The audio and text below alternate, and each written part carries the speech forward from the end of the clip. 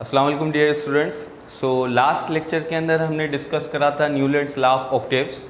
Newlands law of octave के बारे में, उसके इंट्रोडक्शन के बारे में, बेसिकली वो क्लासिफिकेशन थी क्या, वो तमाम तर हम डिस्कस कर चुके थे। रिमेनिंग सिर्फ 2 या 3 पॉइंट्स हमारे रह रहे थे न्यूलैंड्स लॉ ऑफ ऑक्टेव्स के, वो जो कि एडवांटेजेस और डिसएडवांटेजेस में आ जाते हैं। यानी कि हमें उसके क्या एडवांटेजेस मिले और क्या डिसएडवांटेजेस मिले वो हम आज इस लेक्चर के अंदर डिस्कस करेंगे, कवर करेंगे। So first of all advantages and disadvantages हमने यहाँ साथ लिखे हुए हैं। Firstly we are discussing the first point, this law provided a basis for the classification of element into groups of elements having a similar properties.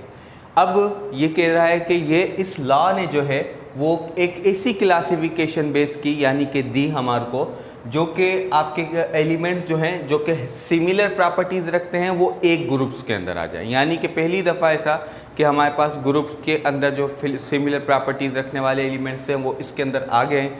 ठीक है। Second आपका point ये कहता है कि this law provided a wider scope to arrange all known elements into the tabular form. ठीक है।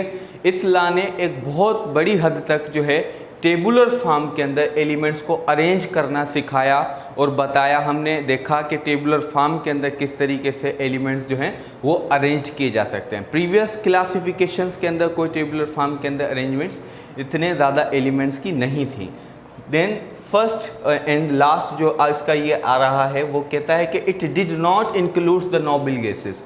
इस लॉ के अंदर का जो डिसएडवांटेजेस है वो एक यही है कि इसके अंदर नोबल गैसेस जो थी वो इंक्लूड्स नहीं थी। अब वो इंक्लूड्स क्यों नहीं थी?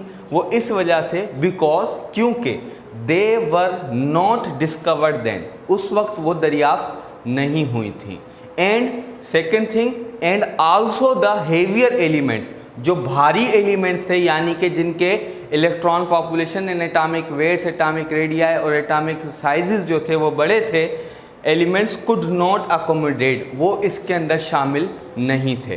तो ये इसके एडवांटेजेस और डिसएडवांटेजेस थे। आई होप कि आपको समझ आए होंगे। Thank you so much.